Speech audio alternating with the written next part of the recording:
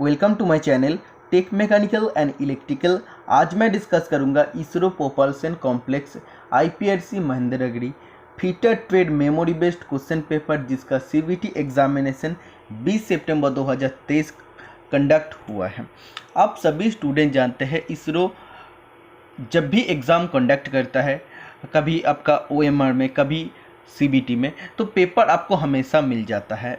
अगर OMR sheet में आपका एग्ज़ाम होता तो पेपर आपको तुरंत एग्ज़ाम होने का बाद मिल जाता, लेकिन सीबीटी हुआ है इसीलिए आपको एक हफ्ता तक वेट करना पड़ेगा आंसर की मिलने के लिए। तो एक हफ्ता वेट करने से पहले आप लोग अपना मार्क्स निर्धारित कर सकते हैं, आपको कितना मार्क्स मिलने वाले हैं। आज का वीडियो देख कर आप पूरा पता कर सकते हैं, क्योंकि एग्ज़ाम में आपको पूछा गया था 80 क्वेश्चन और आज का वीडियो में भी मैं आपको सेम एग्जैक्टली 80 क्वेश्चन का डिस्कशन करने वाला हूं। तो इससे आपको भी पता चलेगा कि आप कितना क्वेश्चन सही करके आए हैं। नेगेटिव मार्किंग, पॉजिटिव मार्किंग जो भी है उसको आप लोग घटा के ऐड करके आपका कितना मार्क्स आ रहा है कमेंट बॉक्स पर ज़रूर कमेंट कीजिएगा, तभी मैं एक्सपेक्टेड कट ऑफ का वीडियो बना पाऊँगा। और मेन जो इम्पोर्टेंट बात है, जो भी स्टूडेंट आप लोग इसरो का बाकी यूनिट जैसे VSSC, SDSC, सैक अहमदाबाद इसमें आप फॉर्म फिलअप किए हैं, वो सभी स्टूडेंट के लिए भी काफ़ी अच्छा होगा इस पेपर का एनालिसिस, क्योंकि इससे आपको पता चलेगा कि इसरो का सीबीटी एग्ज़ाम होने पर कैसा पेपर आपको पूछा जा रहा है। जैसे VSSC का जब एग्ज़ाम हुआ है, जिसका एग्ज़ाम पेपर कैंसिल हो गया, ओएमआर शिफ्ट में एग्ज़ाम हुआ, लेकिन उसका पेपर काफ़ी टफ पूछा गया था। उसका जो हर क्वेश्चन, तो उसका क्वेश्चन का सेंटेंस को थोड़ा घुमा फिरा के आपको पूछा गया था। लेकिन इस बार जो आपको आईपीआरसी महेंद्रगिरी फीटर ट्रेड में पूछा गया है, एग्जैक्टली आपको निमी बुक से पूछा गया है। निमी क्वेश्चन बैंक मैं नहीं कहूँगा, निमी बुक से। मैं ऑलवेज आपको सजेस्ट करता हूँ कि अगर आपको ट्रेड थ्योरी पढ़ना है तो निमी बुक सबसे पहले पढ़ना है, उसके बाद एशियन पब्लिकेशन का MCQ करना है। और मेरा चैनल में जितना भी प्रीवियस ईयर पेपर का वीडियो है, एग्जाम पेपर एनालिसिस है, मॉडल क्वेश्चन पेपर है, उसको अगर आप लोग देख के जाएंगे तभी आपका थ्योरी में कोई भी प्रॉब्लम नहीं होगा। तो सबसे पहले आपको निमी बुक पढ़ के जाना है इसरो का एग्जाम देने के लिए, और वर्कशॉप कैलकुलेशन और साइंस का भी पोर्शन आपको क्लियर करके जाना है निमी क्वेश्चन बैंक से। इसके लिए आपको 2 वीडियो यूट्यूब पर मेरा चैनल के मिल जाएगा। फर्स्ट ईयर निमी क्वेश्चन बैंक का सोल्यूशन और सेकेंड ईयर निमी क्वेश्चन बैंक का सोल्यूशन आपको यूट्यूब से मिल जाता है। तो आप दोनों वीडियो अगर आप देख के जाते हैं तो आपका इसरो का पेपर में वर्कशॉप कैलकुलेशन और साइंस में कोई भी दिक्कत नहीं होगा। ओके, तो शुरू करते हैं आज का डिस्कशन। और इससे पहले मैं आपको क्लियर करना चाहता हूं, आप हो सकता है कहीं भी आपको पेपर मिल गया है या ग्रुप में आप डिस्कशन कर लिए, लेकिन आपको 80 क्वेश्चन नहीं मिला है। मैं 100% आपको गारंटी देके बता सकता हूं। और आज का पेपर में आपको 100 क्वेश्चन ही मिलेगा, और आप लोग पूरा वीडियो को देखिएगा और इसका साथ आपको करेक्ट आंसर भी मैं आपको बताऊंगा। 80 करेक्ट क्वेश्चन आपको इससे मिलेगा, ठीक है। तो एटलीस्ट चैनल को सपोर्ट कीजिए, और जो भी स्टूडेंट हमें सपोर्ट किए हैं, हमें क्वेश्चन भेज के आज पेपर को बनाने में मदद की, वो सभी स्टूडेंट को मेरा तरफ से फिर से और एक बार थैंक्स है। क्योंकि मैं हर एग्ज़ाम का मेमोरी बेस्ड पेपर डिस्कशन करता हूँ। जैसे NPCL तारापुर का मैशिनिस्ट का पेपर और टर्नर पेपर रह गया है, तो उसका भी पेपर मैं एनालिसिस करूंगा। तो इसरो एग्ज़ाम आ गया तो इसरो पेपर सबसे पहले डिस्कशन कर रहा हूं। इसका बाद मैं डिस्कशन करूंगा NPCL मैशिनिस्ट और टर्नर जो एडवांस एग्जाम में आपको पूछा गया था क्वेश्चन, उसका भी सोल्यूशन मैं आप लोगों के लिए लेके आने वाला हूँ। तो इसके लिए चैनल को आप लोग जैसे सपोर्ट करते थे पहले, वैसे सपोर्ट करते रहना, और चैनल को अभी तक नहीं सब्सक्राइब किया तो सब्सक्राइब कर लेना। तो थोड़ा सा आप लोग का टाइम में हो सकता है वेस्ट कर लिया हूँ, लेकिन इसका बाद पूरा डिस्कशन आप लोग देख लीजिए। देखिए, पहला क्वेश्चन में आपको पूछा गया था which one is the personal safety. तो आप लोग जानते हैं 3 टाइप्स ऑफ वर्कशॉप सेफ्टी होता है। एक आपका जनरल सेफ्टी, सेकंड होता है आपका पर्सनल सेफ्टी, और तीसरा होता है आपका मशीन सेफ्टी। तो पर्सनल सेफ्टी में क्या आता है, सबसे पहला जो होता है कॉन्सेंट्रेट ऑन योर वर्क, मतलब अपने काम पर ध्यान देना, ठीक है, जो भी आप काम कर रहे हैं। पर्सनल सेफ्टी मतलब व्यक्तिगत अब जो आपका सुरक्षा होता है, उसमें सबसे पहला होता है कि जो भी आप काम कर रहे हैं उसमें आपको कॉन्सेंट्रेट रखना, मतलब ध्यान सही जगह में रखना। सेकेंड क्वेश्चन में आपको पूछा गया था what is the period referred as golden hour. मैंने आप लोग को बताया था कि वो कौन सा टाइम पीरियड है या कौन सा समय है जिसको हम लोग गोल्डन आवर कहते हैं, सुवर्ण घंटे कहते हैं, तो इसका राइट आंसर हो जाएगा फर्स्ट 30 मिनट आफ्टर इंसिडेंट। मतलब किसी भी दुर्घटना होने का जो पहला 30 मिनट होता है वो सबसे ज़्यादा महत्वपूर्ण होता है, क्योंकि उससे ही सब कुछ डिपेंड होता है कि उसका पेशेंट बचेगा या मतलब उसका मौत हो जाएगा। क्योंकि उसमें अगर सीरियस कंडीशन होता है तो हम लोग उस 30 मिनट के अंदर ही अगर हम लोग उसको सीरियस कंडीशन में अगर हॉस्पिटल पहुंचा सकते हैं, तो वो सब कुछ होता है 30 मिनट के अंदर। अगर सीरियस पेशेंट है उसको अगर 1 घंटा बाद लेके जाते हो तो वो क्या होगा, वो तो कोई काम का नहीं आएगा, क्योंकि उसका ऐसे भी मौत हो जाएगा। इसलिए जो इंसिडेंट होता है उसका पहला 30 मिनट में उसका बचने का चांसेस सबसे ज़्यादा होता है। इसीलिए गोल्डन आवर उसको कहा जाता है, जो किसी भी इंसिडेंट होता है उसका फर्स्ट 30 मिनट को। ओके, थर्ड नंबर क्वेश्चन में आपको पूछा गया था which chisel is used for squaring material at the corner और जॉइंट। मतलब वो कौन सा टाइप ऑफ छेनी है जो किसी भी कोने या जॉइंट है जहाँ पर मटेरियल एक्स्ट्रा रह गया है उसको निकाल के एकदम स्क्वायर बना देता है। तो ये आपका होता है डायमंड पॉइंट चीजेल। ठीक है, फोर्थ नंबर क्वेश्चन में आपको पूछा गया था which file is used for sharpening the teeth of would working saw. लकड़ी कटने वाला जो आरी होता है, मतलब जो हेक्सो होता है, इसका टीथ को फिर से नुकीला करने के लिए कौन सा फाइल यूज होता है, मिल सॉ फाइल यूज होता है। फिफ्थ नंबर क्वेश्चन में आपको पूछा गया था what is the accuracy of try square. Try square या गुनिया का शुद्धता कितना होता है, तो 0.002 मिलीमीटर पर 10 मिलीमीटर लेंथ। और ट्राई स्क्वायर किस मटेरियल से बनता है, हार्डन स्टील से बनता है। इससे हम लोग किसी भी सरफेस का 90 डिग्री और स्क्वायरनेस को, 90 डिग्री मतलब भी स्क्वायरनेस होता है, और हम लोग स्ट्रेटनेस को भी चेक कर सकते हैं।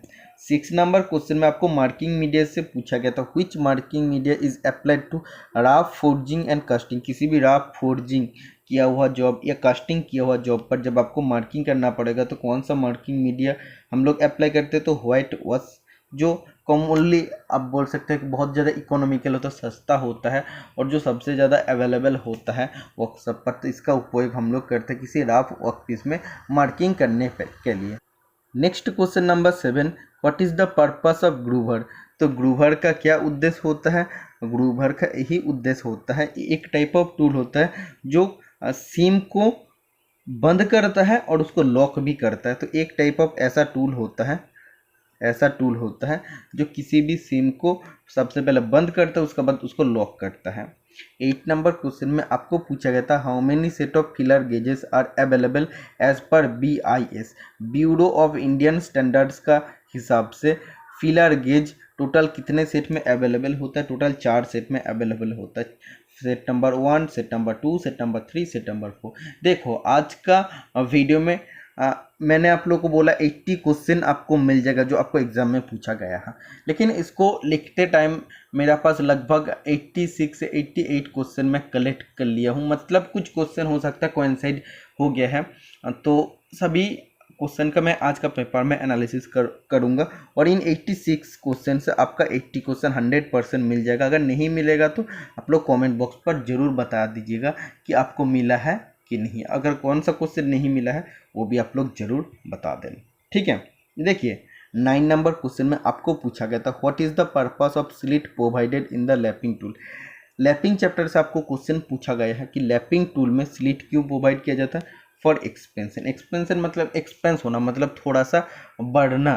ठीक है, तो बढ़ने के लिए उसमें लैपिंग टूल में स्लिट प्रोवाइड किया जाता है। आप देख सकते हैं और एक क्वेश्चन लैपिंग चैप्टर से आप लोगों को पूछा गया था why grooves are provided on the surface of the lapping plate. Lapping plate का सरफेस में ग्रुप क्यों प्रदान किया जाता है। तो लैपिंग प्लेट को हम लोग लैप का नाम में जेनरली जानते हैं, तो लैप सरफेस में ग्रुप्स क्यों कटे होते हैं, तो राइट आंसर हो जाएगा टू रिटेन द एब्रेसिव, मतलब एब्रेसिव पार्टिकल को जमा करने के लिए। 11 नंबर क्वेश्चन में आपको पूछा गया था what is the advantage of lock washer. Lock washer use करने का सुविधा क्या होता है, तो लॉक वॉशर इस्तेमाल करने का सुविधा होता है जिस भी मशीन असेंबली में वाइब्रेशन का कारण नट और बोल्ट ढीला होने का चांसेस रहता है, तो उसको रोकने के लिए लॉक वॉशर यूज़ किया जाता है। तो इसका राइट आंसर हो जाएगा प्रिवेंट बोल्ट और nut from loosening under vibration. 12 number question में आपको पूछा गया था what material is use to make sine bar, मतलब साइन बार को बनाने के लिए कौन सा मटेरियल यूज़ किया जाता है। तो इसका राइट आंसर हो जाएगा स्टेबिलाइज क्रोमियम स्टील। और एक स्टूडेंट ने भेजा था स्लिप गेज को बनाने के लिए कौन सा धातु यूज़ होता है, तो इसका राइट आंसर हो जाएगा हाई क्वालिटी स्टील या high grade steel with low thermal expansion. 13 number question में आपको वर्कशॉप कैलकुलेशन एंड साइंस से एक क्वेश्चन पूछा गया था specific gravity is equal to, तो specific gravity is equal to होता है the weight of the metal divide by the weight of equal volume of water. Otherwise आपको ऐसा भी पूछा जा सकता था the specific gravity is the ratio of the weight of the metal to the weight of equal volume of water. Okay, 14 number question में आपको पूछा गया था which rivet is used in heavy structural work, भारी structural कार्य के लिए कौन सा रिवेट यूज होता है, pan head rivet is the right answer हो जाएगा। 15 नंबर क्वेश्चन में आप लोग को पूछा गया था which is the operation of covering the area of the metal with molten solder, मतलब वो कौन सा ऑपरेशन होता है जिसमें हम लोग किसी भी मेटल का एरिया को कवर करते हैं, मतलब किसी भी मेटल का चारपास को पिघला हुआ सोल्डर से कवर करते हैं। तो इस ऑपरेशन को हम लोग टिनिंग नाम में जानते हैं। 16 नंबर क्वेश्चन में आपको पूछा गया था what is the advantage of wing nut, wing nut जो हेक्सो फ्रेम में यूज होता है हेक्सो ब्लेड को टाइट और लूज करने के लिए, तो इसका सुविधा क्या होता है। तो विंग नट यूज करने से बिना रेंज का इस्तेमाल करके हम लोग उसको टाइट और ढीला कर सकते हैं, ठीक है, मतलब उसको हम लोग हाथ से टाइट और ढीला कर सकते हैं, इसीलिए इसका राइट आंसर हो जाएगा लूजन एंड टाइटन विदाउट रेंज, मतलब बिना किसी रेंज का इस्तेमाल करके उसको हम लोग कभी भी ढीला और टाइट कर सकते हैं। ओके, तो आप देख सकते हैं अभी तक 16 क्वेश्चन का मैं डिस्कस किया, 16 क्वेश्चन में से 16 क्वेश्चन आपको exactly same to same exam में इसी सेंटेंस में पूछा गया था। Which assembly technique is similar to riveting method, तो कौन सा वैसा असेंबली टेक्निक है जो रिवेटिंग मेथड का जैसा सेम टू सेम है। तो रिवेटिंग एक होता है परमानेंट फास्टनिंग मेथड जिसमें हम लोग दो मेटल प्लेट को परमानेंटली ज्वाइन करते हैं, ठीक है। तो ऐसा सेम असेंबली टेक्निक होता है PNNING, इसका स्पेलिंग आपको ध्यान रखना है क्योंकि ऑप्शन में और एक ऑप्शन भी रहता है PINNING। तो ये पिनिंग का मतलब होता है पिनिंग ऑफ फाइल, जो आपका फाइल का त्रुटि होता है, फॉल्ट होता है जिसमें फाइल का टीथ का बीच में मेटल चिप्स फंस जाता है। ओके, तो ये आपका पिनिंग अलग होता है, लेकिन इस पिनिंग का स्पेलिंग होता है PEENING। 80 नंबर क्वेश्चन में आपको पूछा गया था which bearing withstand load is parallel to its axis, मतलब वो कौन सा बियरिंग है जो अपने एक्सिस का पैरेलल लोड को सहन कर सकता है, मतलब ये इसका अगर एक्सिस होता है, ये इसका अक्ष होता है, तो उसका पैरेलल जो भी लोड आता है उसको वो सहन कर सकते या कैरी कर सकते। तो इसका राइट आंसर हो जाएगा थ्रस्ट बियरिंग। ओके, बियरिंग से और एक क्वेश्चन काफ़ी इंपॉर्टेंट होता है जो एग्जाम में काफ़ी बार पूछा गया है, which bearing withstand load is perpendicular to its axis, मतलब वो कौन सा बियरिंग है जो अपने एक्सिस का परपेंडिकुलर लोड को भी कैरी कर सकते हैं, मतलब उसका अगर 90 डिग्री में किसी लोड आता है तो उसको भी कैरी कर सकता है। तो इस बियरिंग का नाम है जर्नल बियरिंग या आप बोल सकते हैं रेडियल बियरिंग। 19 नंबर क्वेश्चन में आपको पूछा गया था which chart is use to record the skill of the operator in practice, तो इसमें बोला है वो कौन सा चार्ट होता है जिसमें ऑपरेटर का स्किल का रिकॉर्ड रखा जाता है, तो वो आपका परफॉर्मेंस चार्ट होता है। परफॉर्मेंस चार्ट में जो आपका ऑपरेटर है उसका स्किल का बारे में रिकॉर्ड किया जाता है। 20 नंबर क्वेश्चन में आपको पूछा गया था calculate the blank size for external threading M16, तो एक्सटर्नल थ्रेडिंग करना है डाई से।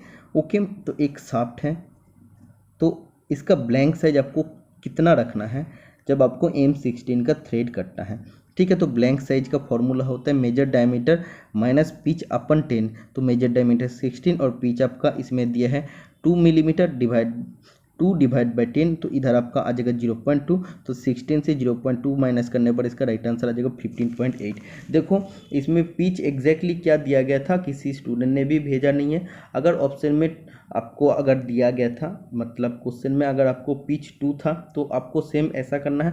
पिच कुछ भी आपका हो सकता है, लेकिन पिच को 10 से डिवाइड करना है। तो आप इसका फॉर्मूला याद रखेंगे तो आप किसी भी सवाल का जवाब दे पाएंगे जब भी आपको इसी तरह से क्वेश्चन पूछा जाएगा।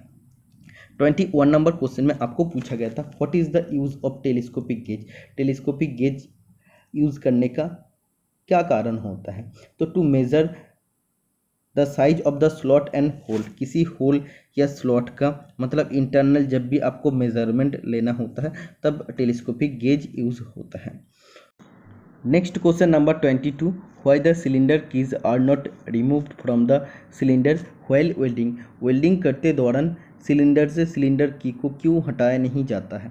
तो to close quickly in case of fire, मतलब आग लगने से सिलेंडर को तुरंत बंद करने के लिए सिलेंडर में ऑलवेज सिलेंडर की को रखा जाता है वेल्डिंग करते दौरान। ठीक है, मतलब जब भी हम लोग वेल्डिंग करते हैं तो सिलेंडर में सिलेंडर की को ऑलवेज उसका साथ अटैच करके रखना है, क्योंकि कभी भी आग लग जाए तो उस टाइम हम लोग कब उसको जल्दी जल्दी सिलेंडर की से सिलेंडर को बंद कर सकते हैं, इसीलिए। 23 नंबर क्वेश्चन में पूछा गया था, which part of file is not harden, मतलब फाइल का वो कौन सा भाग है जो हार्डन नहीं होता है, जो कठोर नहीं होता। तो ये राइट आंसर हो जाएगा टैंक पोर्शन। तो टैंक पोर्शन सॉफ्ट होता है। 24 नंबर क्वेश्चन में आप देखिए, what is the name of the copper ore. तो कॉपर मतलब तंबा का आयस क्या होता है, तो तंबा का ओर होता है मेलाचाइट पायराइटिस। ओके, तो ऑप्शन में आपका मेलाचाइट था। Next question number 25, what is the name of the method of metallic coating done by rolling और drawing the layers of metal on the base metal. किसी भी base metal पर जब हम लोग मेटेलिक कोटिंग प्रदान करते हैं रोलिंग अदरवाइज ड्राइंग करके, तो इस मेथड का नाम क्या है? इस मेथड का नाम है क्लैडिंग। 26 नंबर क्वेश्चन में आपको पूछा गया था, what is the use of double in assembly technique. Assembly technique में डबल का क्या कार्य होता है? तो एक्यूरेट पोजीशनिंग ऑफ 2 और मोर पार्ट्स, 2 या 2 से अधिक पार्ट को जब एक्यूरेट पोजीशनिंग करना पड़ेगा तब डबल यूज़ होता है। 27 नंबर क्वेश्चन में पूछा गया था, what is the name of the operation carried out in turning to remove burrs and sharpness from the edge of the component. किसी भी कंपोनेंट का एज से उसका बर्ड्स को और उसका तीखापन को हटाने के लिए जो ऑपरेशन हम लोग करते हैं, इसका नाम क्या? इसका नाम है चैम्फरिंग। ओके, 28 नंबर क्वेश्चन में आपको पूछा गया था, what is the colour painted on the acetylene gas cylinder. Acetylene gas cylinder में कौन सा कलर का पेंटिंग किया जाता है? तो मेरन इज़ द राइट आंसर हो जाएगा। और ऑक्सीजन गैस सिलेंडर में ब्लैक कलर का पेंटिंग किया जाता है। 29 नंबर क्वेश्चन में आपको पूछा गया था, why bird form on the under side of the seat metal while sharing. Sharing करते वक्त सीट मेटल का अंडर साइड में, नीचे साइड में बर्ड्स क्यों बनता है? तो इसका राइट आंसर हो जाएगा एक्सेसिव क्लियरेंस जब हम लोग प्रदान करते हैं शेयरिंग का टाइम तो उसमें बर्ड्स बनता है। बर्ड्स मतलब होता है एक्स्ट्रा मटेरियल। 30 नंबर क्वेश्चन में आपको पूछा गया था, which file has the parallel edges throughout the length. मतलब वो कौन सा फाइल है जिसका पूरा लेंथ बराबर उसका एज पैरेलल होता है? तो इसका राइट आंसर हो जाएगा हैंड फाइल या safe edge file. Next question number 31, the process of stretching a piece of metal by heating it with a round head hammer as in forming a bowl is called as. मतलब वो कौन सा process होता है जिसमें हम लोग किसी भी पीस ऑफ मेटल को स्ट्रेच करते हैं, किसका माध्यम से? ए राउंड हेड हैमर से। और राउंड हेड हैमर से जब भी पीस ऑफ मेटल को स्ट्रेच करते हैं और स्ट्रेच करके हम लोग बोल बनाते हैं, मतलब कटोरा बनाते हैं, तो ये जो प्रोसेस होता है इसका नाम है ब्रेजिंग। एक ऐसा आपको वार्निंग साइन दिया गया था, तो इस साइन क्या इंडिकेट कर रहा है? तो risk of ionising radiation indicate कर रहा है। 33 नंबर क्वेश्चन में आपको पूछा गया था, for turning of brass which cutting fluid is used. मतलब जब ब्रास का टर्निंग करना पड़ेगा तो कौन सा कटिंग फ्लूइड यूज़ होता है? तो सोल्यूबल ऑयल राइट आंसर हो जाएगा। एक हैमर का फिगर दिया गया था, इसमें एक पार्ट का नाम आपको पूछा गया था, तो एक पार्ट का नाम है pin. Okay, next question number 35, what is the recommended angle for countersink self tapping screw. Countersink self tapping screw के लिए रिकमेंडेड काउंटर सिंक एंगल कितना होता है, तो 80 डिग्री राइट आंसर हो जाएगा। काउंटर सिंकिंग रिवेटिंग के लिए 75 डिग्री होता है। इसका बाद ड्रिल का फिगर दिया गया था और इसमें आपको एकदम टॉप पोर्शन का नाम आपको पूछा गया था, तो इसका नाम है टैंग और इसका नीचे भाग को हम लोग सैंग का नाम में जानते हैं। Next question number 37, what is the fault in riveting. तो एक रिवेटिंग ज्वाइंट का फिगर दिया गया था, तो इसमें क्या त्रुटि है आपको पूछा गया था, तो इसका राइट आंसर हो जाएगा holes on the plate are not in line. तो इसमें देखिए ये जो आपका होल है नीचे वाला प्लेट का और ऊपर वाला प्लेट का जो होल है वो आपका एक ही लाइन में नहीं है, ठीक है। तो ये एक टाइप ऑफ डिफेक्ट है या आप बोल सकते हैं रिवेटिंग फॉल्ट है। 38 नंबर क्वेश्चन में आपको पूछा गया था which type of screw is used in watch screw, मतलब वॉच में किस टाइप ऑफ स्क्रू यूज होता है, तो घड़ी में जो छोटा छोटा स्क्रू यूज होता है तो वो आपका रहता है ब्रिटिश एसोसिएशन थ्रेड, मतलब BA थ्रेड, जिसका डेप्थ का फॉर्मूला होता है 0.6 इंटू पिच, ओके। और इसका उपयोग हम लोग जैसे इलेक्ट्रिकल इक्विपमेंट होता है उसमें भी BA थ्रेड का यूज़ करते हैं। और एक क्वेश्चन आपको पूछा गया था the accuracy of bevel protractor is. Bevel protractor जो एक डायरेक्ट एंगुलर मेजरिंग इंस्ट्रूमेंट होता है इसका एक्यूरेसी है 1 डिग्री। अगर वर्नियर बीवेल प्रोटेक्टर आपको पूछा जाता है तो उसका एक्यूरेसी होता है 5 minute. Next question number 40, compressed cork gasket is used for. Compressed cork gasket किस लिए यूज होता है, sealing between mating surfaces which are not having good surface finish. मतलब कॉम्प्रेस कॉर्क गैस्केट तब यूज होता है जब दो सरफेस का सरफेस फिनिश अच्छा नहीं होता है और उन दोनों को सील करना पड़ता है, तो वो जगह में कॉम्प्रेस्ड कॉर्क गैस्केट यूज होता है। 41 नंबर क्वेश्चन में आपको पूछा गया था अकॉर्डिंग टू SWG मतलब स्टैंडर्ड वायर गेज, तो इसमें आपका शुरू होता है 0 से और इसका रेंज होता है 36 तक अकॉर्डिंग टू निमी बुक। तो इसमें 0 का साइज सबसे बड़ा होता है और इसमें वायर नंबर 8 का साइज कितना है, तो 4 मिलीमीटर राइट आंसर हो जाएगा। 42 नंबर क्वेश्चन में आपको ऐसा एक फिगर दिया गया था, एक आपका ट्राई स्क्वायर है और एक आपका जॉब है। तो इसमें ट्राई स्क्वायर से जब भी आप जॉब का चेक कर रहे हैं तो इसमें देखिए job face checking by try square in figure, sorry ये आपका हो जाएगा फिगर। तो आप देखिए ट्राई स्क्वायर से जब भी आप जॉब फेस का चेकिंग कर रहे हैं तो किस टाइप ऑफ सरफेस है या किस टाइप ऑफ फेस है, ये आपका कॉन्वेक्स है, उत्तल फेस है, okay. Next question number 43, which coupling will have disengaging provision. तो इस क्वेश्चन में काफ़ी सारा स्टूडेंट का डाउट है, तो इसका एग्जैक्ट राइट आंसर हो जाएगा स्लिप टाइप कपलिंग। लेकिन ये आपका CBT एग्ज़ाम हुआ है और सभी क्वेश्चन निमिका बुक से आपको कॉपी करके दिया गया है, तो इसीलिए इसका राइट आंसर एग्ज़ाम पर माना जाएगा यूनिवर्सल कपलिंग, ठीक है।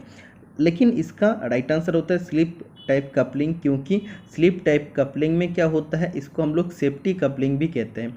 जब भी इसका टॉर्क ज़्यादा हो जाता है, किससे, जो उसका स्प्रिंग और जॉ से जितना फ्रिक्शन होता है उससे जब टॉर्क ज़्यादा हो जाता है तो ऑटोमेटिकली दो कपलिंग अलग हो जाता है। मतलब पहले क्या रहता है, जुड़ा हुआ रहता है, तो जब भी इसका टॉर्क ज़्यादा हो जाता है, किससे, स्प्रिंग और जॉ का बीच में फ्रिक्शन से जब टॉर्क ज़्यादा हो जाता है तो दोनों कपलिंग डिसएंगेज हो जाता है ऑटोमेटिकली, इसलिए इसको सेफ्टी कपलिंग कहते हैं या आप बोल सकते हैं स्लिप टाइप कपलिंग कहते हैं।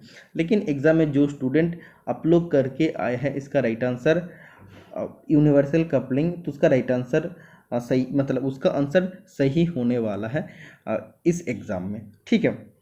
44 नंबर क्वेश्चन में देखिए what is the use of bend snip. Bend snip और एक होता है स्ट्रेट स्निप। स्ट्रेट स्निप हम लोग किसी भी स्ट्रेट लाइन के साथ कटिंग करते हैं या किसी भी लार्ज आपका सर्कुलर कट करना है, जब लार्ज आपको सर्कुलर कट करना पड़ेगा तब आप यूज़ कर सकते हैं स्ट्रेट स्निप। बट जब आपको किसी भी कार्व कट करना पड़ेगा या किसी भी कार्व लाइन के साथ आपको सीट मेटल को कटना पड़ेगा तो तब यूज़ होता है बेंड स्निप। तो cutting seat along curve line या कर्व कट के लिए यूज होता है। 45 नंबर क्वेश्चन में आपको पूछा गया था which flux is used for soldering stainless steel. तो एस का सोल्डरिंग करने के लिए कौन सा फ्लैक्स यूज होता है। ऑप्शन में आपका था फॉस्फोरिक एसिड, तो राइट आंसर हो जाएगा। ऑप्शन में अगर mixture of hydrogen chloride, zinc chloride, ammonium chloride था तब भी राइट आंसर हो जाएगा। Okay, next question number 46 workshop calculation and science से आपको पूछा गया था if sine theta is equal to 3/5 then tan theta is equal to. तो साइन थीटा का फॉर्मूला क्या होता है। Sine theta is equal to होता है हाइट, या जिसको आप लोग परपेंडिकुलर कहते हैं, अपन हाइपोटेनियस। ठीक है, तो इधर देखिए हाइट आपको निकल गया, हाइपोटेनियस निकल गया, मतलब एक आपका राइट एंगल ट्राइंगल है, तो ये आपका हाइट कितना है 3, ये आपका हाइपोटेनियस 5 है। तो आप इसका बेस को निकाल सकते हैं। बेस आपका आ जाएगा अकॉर्डिंग टू पाइथागोरस थ्योरम 4 आ जाएगा। ठीक है, तो आप लोग जानते हैं टेन थीटा का मतलब फॉर्मूला क्या होता है। तो tan theta is equal to आपका क्या होता है, tan theta is equal to होता है हाइट अपन बेस होता है। ठीक है, तो हाइट अपन बेस, हाइट आपका 3 है, बेस आपका 4 है, तो 3/4 इसका राइट आंसर हो जाएगा। ओके, 47 नंबर क्वेश्चन आप पढ़ लीजिए। देखिए इसमें आपको बोल रहा है एक माइक्रोमीटर है जिसका रेंज है 100 to 125 मिलीमीटर। ठीक है, मतलब जो माइक्रोमीटर के जीरो होता है इधर आपका हो जाएगा 100। और इसमें देखिए बैरल का डिवीजन, मतलब स्लीव में 21 डिवीजन है, थिम्बल में 22 डिवीजन है। अब देखिए दो बैरल में 21 डिवीजन, मतलब आपका जीरो जो पोजीशन है मतलब वो आपको 100, तो उसका साथ 21 को ऐड कर लीजिए, मतलब टोटल 121 आ गया है। और थिम्बल का जो डिवीजन है उसका साथ आपको क्या करना है, लिस्ट काउंट का साथ मल्टीपल करना है, 0.01 से मल्टीपल करना है। तो आपका तब आ जाएगा थिम्बल का वैल्यू आ जाएगा 0.22। ठीक है, तो 1 to 1 + 0.22 को ऐड करने से आ जाता है 121.22 मिलीमीटर। 48 नंबर क्वेश्चन में आपको पूछा गया था which PPE which personal protective equipment is used to protect UV ray, infrared ray और डस्ट पार्टिकल। तो UV रे, इंफ्रारेड रे, डस्ट पार्टिकल से बचने के लिए कौन सा PPE इक्विपमेंट यूज होता है। तो सेफ्टी गॉगल्स यूज होता है। 49 नंबर क्वेश्चन में आपको सेम पूछा गया था calculate the blank size for external threading M18 × 2.0। देखो सेम आपको एग्जाम में दो क्वेश्चन पूछा है M16 और M18 के लिए। ठीक है, तो फॉर्मूला आपका सेम हो जाएगा blank size is equal to major diameter minus pitch into 10। तो इधर पिच भी आपको जो भी दिया जाएगा उससे आपको 10 से डिवाइड कर लेना है, उसके बाद मेजर डायमीटर से माइनस करना है, तो 17.8 मिलीमीटर राइट आंसर हो जाएगा। 50 नंबर क्वेश्चन में आपको पूछा गया था the range of small hole gauge. Small hole gauge का रेंज कितना होता है। तो 3 to 13 मिलीमीटर होता है। 51 नंबर क्वेश्चन में आपको पूछा गया था why back gear mechanism is used in lathe machine. Lathe machine में बैक गियर मैकेनिज्म क्यों यूज होता है, क्योंकि जब थ्रेडिंग करते हैं तो थ्रेड करते टाइम स्पिंडल स्पीड को काफ़ी कम रखना पड़ता है। तो स्पिंडल स्पीड को कम करने के लिए हम लोग बैक गियर मैकेनिज्म लेथ में यूज़ करते हैं। तो आप बोल सकते हैं to reduce the spindle speed या to decrease the spindle speed. Okay, next question number 52 to remember the simple operation of the extinguisher. Remember PASS, मतलब किसी भी फायर एक्सटिंग्विशर को यूज़ करने के लिए आपको एक जस्ट वर्ड याद रखना है, तो वो आपका है पास। ठीक है, तो PASS का फुल फॉर्म क्या होता है सबसे पहले आपको जानना चाहिए। P का फुल फॉर्म होता है पुल, A का फुल फॉर्म होता है एम, S का फुल फॉर्म होता है स्क्वीज और एस का फुल फॉर्म होता है, लास्ट वाला एस का फुल फॉर्म होता है स्वीप। ठीक है, तो पुल, एम, स्क्वीज और स्वीप। ठीक है, तो ए का फुल फॉर्म आपको पूछा था, तो ए इंडिकेट करता है एम को। 53 नंबर क्वेश्चन में आपको पूछा गया था for brazing ferrous and non ferrous metal which flux is used. मतलब किसी फेरस और नॉन फेरस मेटल का ब्रेजिंग करने के लिए किस टाइप ऑफ फ्लक्स यूज होता है। तो बोरक्स राइट आंसर हो जाएगा। फिर और एक आपको रिवेटिंग जॉइंट से क्वेश्चन पूछा गया था, तो इससे एक फिगर था, तो इसमें क्या डिफेक्ट आप दिख रहा है। तो देखिए rivet head not centred with the shank. तो सैंक का साथ रिवेट हेड आप देखिए ये आपका सेंटर में बिल्कुल भी नहीं है। Okay, the point angle of drill is generally. तो जेनाली ड्रिल का पॉइंट एंगल कितना होता है 118 डिग्री होता है। और ये पॉइंट एंगल डिपेंड करता है जिस मेटल का ड्रिलिंग करने जा रहे हैं उसका हार्डनेस के ऊपर। हार्डनेस अगर ज़्यादा है तो पॉइंट एंगल का वैल्यू ज़्यादा होगा, हार्डनेस कम है तो पॉइंट एंगल का वैल्यू कम होगा। 56 नंबर क्वेश्चन में आपको पूछा गया था in which vice the screw is vertical, मतलब वो कौन सा वाइस है इसमें स्क्रू वर्टिकल होता है और उसका जॉ भी वर्टिकली ओपन होता है। तो ये आपका राइट आंसर हो जाएगा पाइप वाइस है। पाइप वाइस का जॉ भी आपका वर्टिकली ओपन होता है और इसमें जो पाइप आपका होता है पाइप के 4 पॉइंट से वाइस उसको टच करता है। Okay, next question number 57, which tool is used for forming metal to metal joint, मतलब ये जो आपको क्वेश्चन पूछा है रिवेट चैप्टर से क्वेश्चन पूछा है, तो बोला है जब आपको मेटल टू मेटल जॉइंट बनाना है तो किस टाइप ऑफ टूल यूज़ करना है, तो चॉकिंग टूल यूज़ करना है या इसको आप लोग कॉकिंग भी कह सकते हैं। और जब आपको फ्लूइड टाइट जॉइंट बनाना है तो फुलरिंग टूल यूज़ करना पड़ेगा। इसका बाद आपको आरपीएम निकालने के लिए पूछा गया था, तो एग्जैक्ट सेंटेंस मैंने लिखा नहीं है। इसके लिए जो मेन डाटा का ज़रूरत पड़ता है, डायमीटर ज़रूरत पड़ता है 70 millimetre, cutting speed 22 metre per minute, RPM आपको निकालना, तो आरपीएम का फॉर्मूला होता है 1000 into V divide by pi into D. इसका बाद वैल्यू आप पुट कीजिए, 1000 इंटू वी का जाएगा, आपको लिखना है वी मतलब कटिंग स्पीड 22, इसके बाद पाई का वैल्यू 22/7 और आपका डी इज इक्वल टू हो जाएगा आपका 70। तो काटा काटी करने के बाद 100 राइट आंसर आ जाएगा इसका RPM. Total number of letter punch is, letter punch मतलब जब भी आप आपका जब प्रैक्टिकल एग्जाम आईटीआई का टाइम होता था तो आईटीआई में प्रैक्टिकल जॉब कंप्लीट करने के बाद आपको लेटर पंच से अपना नाम लिखना पड़ता था, उसका बाद उसको कागज़ में मोड़ के इंस्ट्रक्टर को सबमिट करना पड़ता था। तो उसमें लेटर पंच में आप क्या करते हैं, अपना नाम को लिख सकते हैं या अपना रोल नंबर को आप लिख सकते हैं। ठीक है, तो लेटर पंच से आप अपना नाम लिख सकते हैं, क्योंकि लेटर आप लोग जानते हैं टोटल ए से जेड तक टोटल कितना लेटर होता है, 26 होता है और इसमें और एक सिंबल होता है जो एंड सिंबल होता है। ओके, तो इसीलिए टोटल कितना इसमें लेटर होता है, लेटर पंच में टोटल कितना नंबर होता है 26 + 1 एक स्पेशल रहता है जो आपका एंड सिंबल को इंडिकेट करता है, इसीलिए total number of letter punch हो जाएगा 27। क्योंकि आप लोग जानते हैं letter total A to Z 26 होता है और स्पेशली एक एंड रहता है, इसलिए आपका 27 नंबर ऑफ लेटर पंच होता है।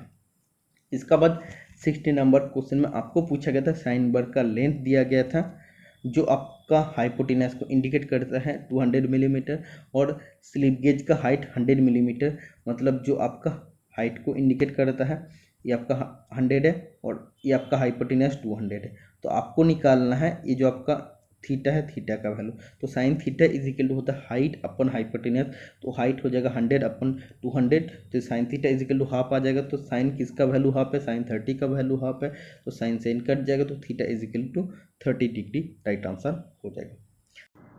Next question number 61, drill is generally made of, drill साधारणतः कौन सा धातु से बनता है, हाई स्पीड स्टील मतलब HSS से बनता है।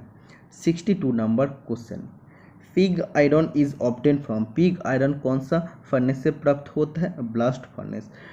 आपको अगर कास्ट आयरन पूछता तब राइट आंसर हो जाता क्यूपला फर्नेस, अगर रॉट आयरन पूछता तब हो जाता पडलिंग फर्नेस। 63 नंबर क्वेश्चन में आपको पूछा गया था which arc welding has highest temperature than other arc welding process, मतलब बाकी किसी आर्क वेल्डिंग प्रोसेस का तुलना में कौन सी आर्क वेल्डिंग का हाईएस्ट टेम्परेचर होता है। तो इसका राइट आंसर हो जाएगा एटॉमिक हाइड्रोजन वेल्डिंग। तो एटॉमिक हाइड्रोजन वेल्डिंग का टेम्परेचर मैक्सिमम होता है बाकी किसी भी आर्क वेल्डिंग का तुलना में। ठीक है, ऑप्शन में आपको प्लाज्मा आर्क वेल्डिंग भी दिया गया था, लेकिन देखो एक्चुअली अगर हम देखते हैं तो प्लाज्मा आर्क वेल्डिंग का सबसे ज़्यादा टेम्परेचर होता है, उसका टेम्परेचर होता है 15,000 से 30,000 डिग्री सेंटीग्रेड, और अगर एटॉमिक हाइड्रोजन वेल्डिंग का बात करते हैं तो इसका 6 से 7,000 डिग्री सेंटीग्रेड ही टेम्परेचर होता है। तो अगर निमी का बुक का हिसाब से चले तो atomic hydrogen welding right answer हो जाएगा, एग्जाम में भी आपको ए राइट आंसर देने वाला है, लेकिन वास्तव में अगर जाते हैं रियलिटी में प्लाज्मा आर्क वेल्डिंग जिसका टेम्परेचर होता है 15,000 से 30,000 डिग्री सेंटीग्रेड, इसका टेम्परेचर सबसे ज़्यादा होता है बाकी किसी भी आर्क वेल्डिंग का तुलना में। ठीक है, और सब वेल्डिंग में से सबसे हाईएस्ट टेम्परेचर कौन सा वेल्डिंग में होता है, लेज़र बीम वेल्डिंग में होता है। ओके, ये चीज़ आपको याद रखना है। तो जो स्टूडेंट एटॉमिक हाइड्रोजन वेल्डिंग करके आए हैं उसको इस एग्ज़ाम में राइट आंसर आपका मार्क्स मिल जाएगा। ठीक है, 64 नंबर क्वेश्चन में आपको पूछा गया था wire gauge is used for. Wire gauge किस लिए यूज होता है? पहला ऑप्शन में आपको दिया गया था thickness of the sheet metal का थिकनेस चेक करने के लिए, और ऑप्शन नंबर बी में था शायद आपका दिया गया था डायमीटर ऑफ वायर, तो किसी वायर का डायमीटर को चेक करने के लिए। तो लास्ट में ऑप्शन था डी में कि बोथ ए एंड बी, तो both A and B right answer हो जाएगा, क्योंकि इससे हम लोग किसी भी सीट और किसी भी वायर का साइज और थिकनेस को मेजर कर सकते हैं वायर गेज का माध्यम से। ओके, तो जो भी student both A and B करके आए हैं उसका राइट आंसर हो जाएगा। Next question number 65, which chisel is used for cutting keyway and slot. कौन सा छेनी यूज होता है चाबी घर और स्लॉट बनाने के लिए? तो राइट आंसर हो जाएगा क्रॉस कट चीजेल या केप चीजेल। 66 नंबर क्वेश्चन में आपको पूछा गया था which gauge is use to check the gap between two mating part. किसी दो मेटिंग पार्ट का बीच का क्लियरेंस को या गैप को चेक करने के लिए कौन सा गेज यूज होता है? फीलर गेज यूज होता है। 67 नंबर क्वेश्चन में आपको पूछा गया था which heat treatment process is use to relieve the internal stress. मतलब वो कौन सा उष्मा उपचार प्रोसेस होता है जिसमें हम लोग किसी भी मेटल का इंटरनल स्ट्रेस को रिलीव करते हैं? तो इसका राइट आंसर हो जाएगा एनेलिंग। 68 नंबर क्वेश्चन में आपको पूछा गया था dash is use for transmission of torque from rotating shaft to hub. मतलब वो क्या होता है जो किसी भी रोटेटिंग शाफ्ट से हब तक टॉर्क को या पावर को ट्रांसमिट करता है। तो किसी भी रोटेटिंग शाफ्ट से हब तक पावर को ट्रांसमिट करने के लिए मेन चीज़ क्या यूज़ होता है? तो मेन की यूज़ होता है जो माइल्ड स्टील से बने होता है। Next question number 69, dash is used as a way of increasing oil retention on scraped surface और पॉलिश्ड सरफेस। किसी स्क्रैप्ड सरफेस और पॉलिश सरफेस में ऑयल रिटेंशन बढ़ाने का जो तरीका होता है इसको क्या कहते हैं? इसको फ्रॉस्टिंग कहते हैं। 70 नंबर क्वेश्चन में आपको पूछा गया था which gear is used for parallel transmission. मतलब वो कौन सा गियर पैरेलल ट्रांसमिशन के लिए यूज होता है? तो पावर का पैरेलल ट्रांसमिशन होता है स्पार्क गियर में और हेलिकल गियर में। ऑप्शन में अगर हेलिकल गियर भी था तो हेलिकल गियर भी राइट आंसर हो जाएगा, क्योंकि हेलिकल गियर का टीथ उसका एक्सिस का साथ एंगल में टीथ कटे हो सकता है, लेकिन जब पावर ट्रांसमिट करता है तो दो पैरेलल शाफ्ट का बीच में ही पावर को ट्रांसमिट करता है। 71 नंबर क्वेश्चन में आपको पूछा गया था roughness value of filing is. Filing का रफनेस वैल्यू कितना होता है? 0.25 से 25 माइक्रोन होता है या माइक्रोमीटर होता है। 72 नंबर क्वेश्चन में आपको पूछा गया था इन प्रेशर वेल्डिंग हीट सोर्स में भी। प्रेशर वेल्डिंग में हीट सोर्स क्या हो सकता है? ये ब्लैकस्मिथ फोर्ज वेल्डिंग के लिए और इलेक्ट्रिक रेजिस्टेंस वेल्डिंग के लिए। तो जो भी ऑप्शन में था वो आपका राइट आंसर हो जाएगा कि ब्लैकस्मिथ फोर्स था या इलेक्ट्रिक रेजिस्टेंस था। मैं शायद मेरा हिसाब से इलेक्ट्रिक रेजिस्टेंस था, तो इलेक्ट्रिक रेजिस्टेंस राइट आंसर हो जाएगा। Total shade number of coloured glass is used for current range above 300। तो इसमें अबव 300 नहीं पूछा था, इसमें आपको ओनली 100 से 300 पूछा था। तो इसके लिए total shade number of coloured glass हो जाएगा 100 से 300 के लिए 10 to 11, और अबव 300 के लिए होता है 12 to 14, और अप टू 100 के लिए होता है 8 to 9। तो क्वेश्चन आपको एग्जाम में जो पूछा गया था आपको पूछा था 100 से 300, ठीक है। तो करंट 100 से 300 एम्पेयर के लिए total shade number of coloured glass होता है 10 to 11। 74 नंबर क्वेश्चन में आपको पूछा गया था एक वर्कशॉप कैलकुलेशन एंड साइंस का क्वेश्चन जो आपका मेंसुरेशन चैप्टर से था। How many cubes are formed when side of cube is 4 millimetre and small cube is 2 millimetre. मतलब किसी एक बड़ा क्यूब है जिसका साइड 4 मिलीमीटर है, उससे कट के हम लोग 2 मिलीमीटर का क्यूब निकाल रहे, तो उससे कितना 2 मिलीमीटर साइज का क्यूब निकलेगा। तो सबसे पहले जो आपका बड़ा क्यूब है उसका आपको वॉल्यूम निकाल लेना है। तो वॉल्यूम हो जाएगा ए क्यूब, मतलब 4 × 4 × 4। और जो छोटा वाला क्यूब आपका निकालना है तो उसका जो साइड है तो 2 है, उसका भी वॉल्यूम निकाल लेना है। तो इसका बाद दोनों को डिवाइड करने से आ जाएगा 8 पीस निकलेगा, ठीक है। 75 नंबर क्वेश्चन में देखिए why limestone serve as flux added to the ore in the blast furnace. तो इसमें देखिए इसमें आपको बोल रहा है कि ब्लास्ट फर्नेस में आयरन ओर का साथ लाइमस्टोन फ्लेक्स का तौर पे क्यों यूज़ किया जाता है? तो इसका राइट आंसर हो जाएगा टू फॉर्म मोल्टेन स्लैग, मतलब पिघला हुआ स्लैग बनाने के लिए, ठीक है। तो ब्लास्ट फर्नेस में हम लोग आयरन ओर का साथ फ्लैक्स का रूप में लाइमस्टोन मतलब चूना पत्थर यूज़ करते हैं कि उसमें से पिघला हुआ स्लैग को बनाने के लिए। ठीक है, तो to form molten slag right answer हो जाएगा। Next question number 76, to get proper crest flat root radius and profile which is used, मतलब किसी भी स्क्रू थ्रेड का proper crest root radius flat profile पाने के लिए हम लोग कौन सा इक्विपमेंट यूज़ करते हैं, तो थ्रेडिंग चेजर यूज़ करते हैं। 77 नंबर एक क्वेश्चन आपको पूछा गया था workshop calculation and science topic से। देखिए, the length breadth and thickness of A block of steel is respectively 1000 millimeter, 100 millimeter and 50 millimeter. Density of steel is 7.5 ग्राम पर सेंटीमीटर क्यूब.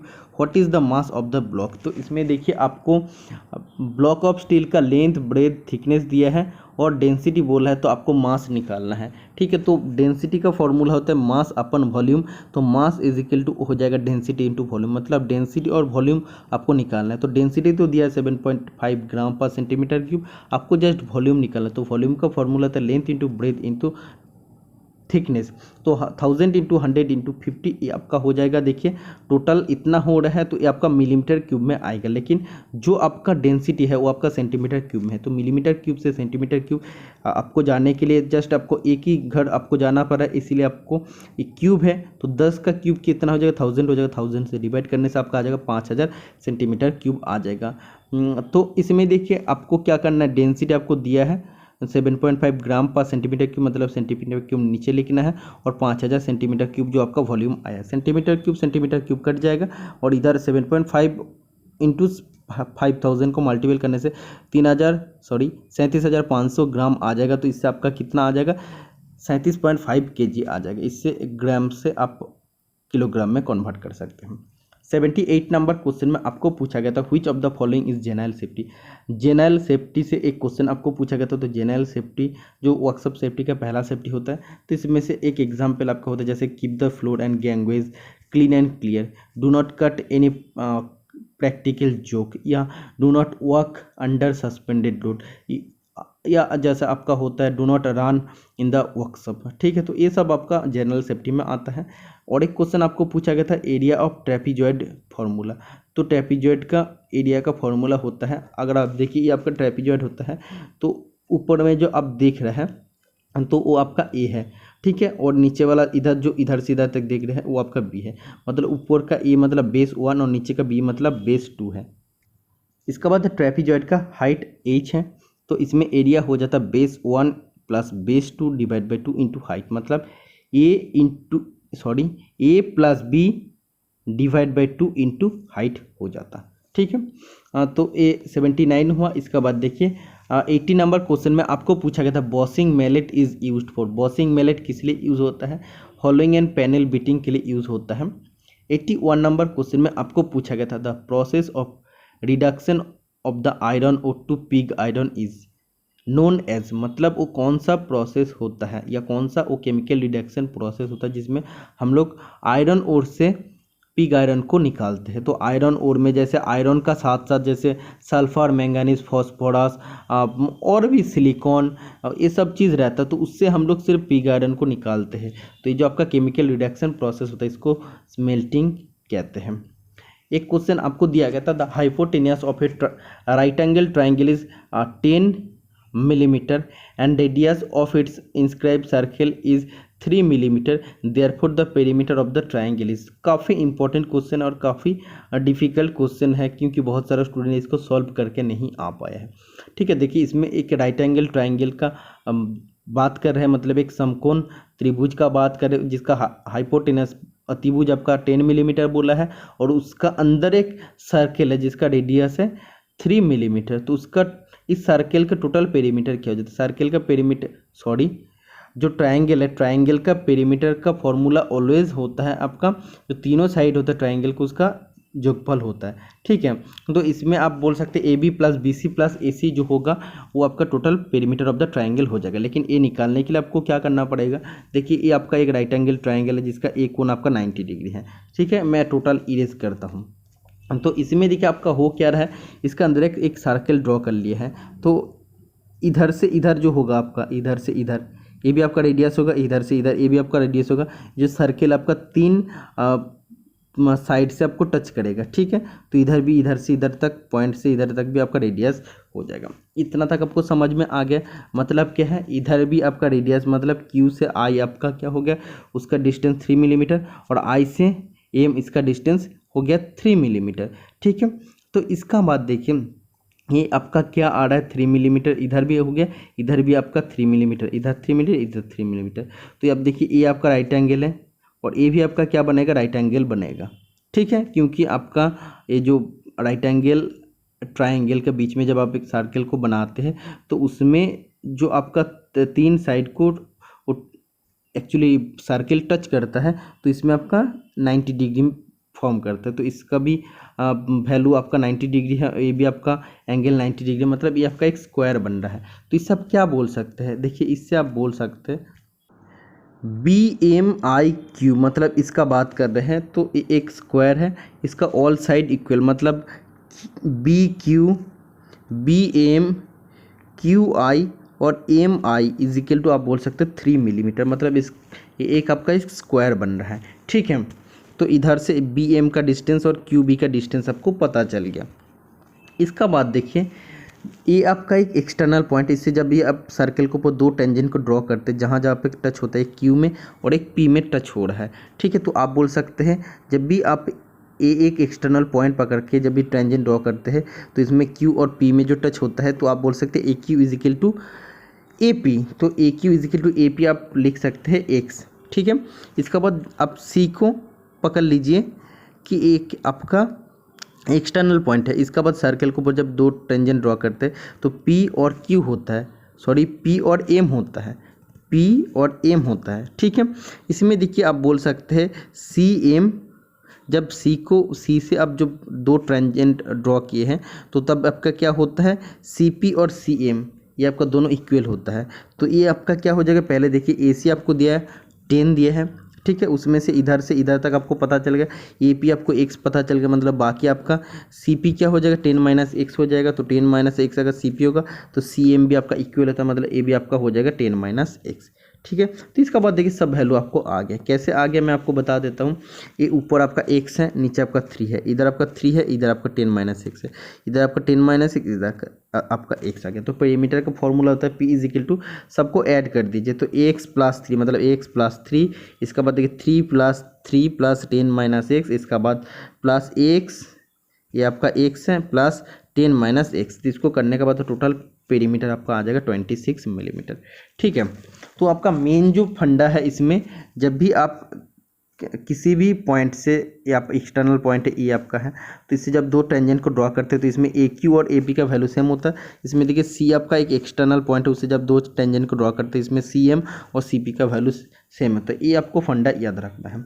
इसका बाद 83 नंबर क्वेश्चन में आपको पूछा गया था, the area and perimeter of a rectangle are respectively 200 and 180 unit, आप बोल सकते हैं, then the length and breadth. तो इसमें देखिए किसी भी एक रेक्टेंगल आयताकार फील्ड का आपका एरिया बोला है 200 यूनिट और पेरीमीटर 108। तो आप बोल सकते हैं जो आपका रेक्टेंगल है उसका एरिया का फॉर्मूला था length into breadth is equal to 200, length is equal to 200 upon breadth, ठीक है। तो इसमें देखिए जो आपका रेक्टेंगल का पेरीमीटर का फॉर्मूला था 2 into length plus breadth is equal to, आपको वैल्यू दे दिया 108। लेंथ का जगह आपको 200 plus B, 200 divide by B आपको पुट करना है। इसके बाद इसका मिडिल टर्म फैक्टर कर लेना, तो B का वैल्यू आ जाएगा 50 और 4, मतलब आपका लेंथ हो जाएगा 50 मिलीमीटर और ब्रेथ आपका हो जाएगा 4 मिलीमीटर, ठीक है। तो इस जो रेक्टेंगल है लेंथ हो जाएगा 50 मिलीमीटर, ब्रेथ हो जाएगा 4 मिलीमीटर। इसका बाद इसका अगर आप लोग नॉर्मली चेक करना चाहेंगे तो आप देखिए 2 इंटू L प्लस B, मतलब इसका पेरीमीटर भी आप निकाल सकते हो, 2 इंटू 50 प्लस 4 मतलब 54 प्लस 2 इंटू हो जाएगा 108। तो आपका पेरीमीटर आ रहा है ना।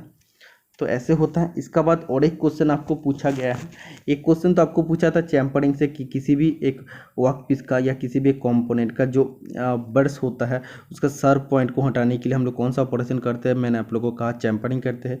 और एक क्वेश्चन आपको पूछा गया था which is an operation of bevelling the end of a drill hole, किसी भी एक पहले से ड्रिल किया हुआ होल, ऐसे ड्रिल किया होल है तो ये आपका वर्क पीस है, तो उसका जो एंड पोर्शन है, तो उसका जो एंड पोर्शन उसको बिवेल करने का जो प्रोसेस होता है, चैम्फरिंग करने का जो ऑपरेशन होता है, इसको काउंटर सिंकिंग कहते हैं।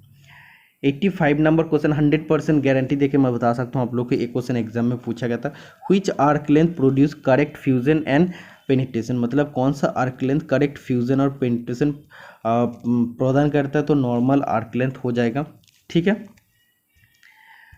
86 नंबर क्वेश्चन में आपको पूछा गया था, for threading in copper material में जब थ्रेडिंग करना है तो कौन सा कटिंग फ्लूइड यूज होता है, सोल्यूबल ऑयल, राइट आंसर हो जाएगा।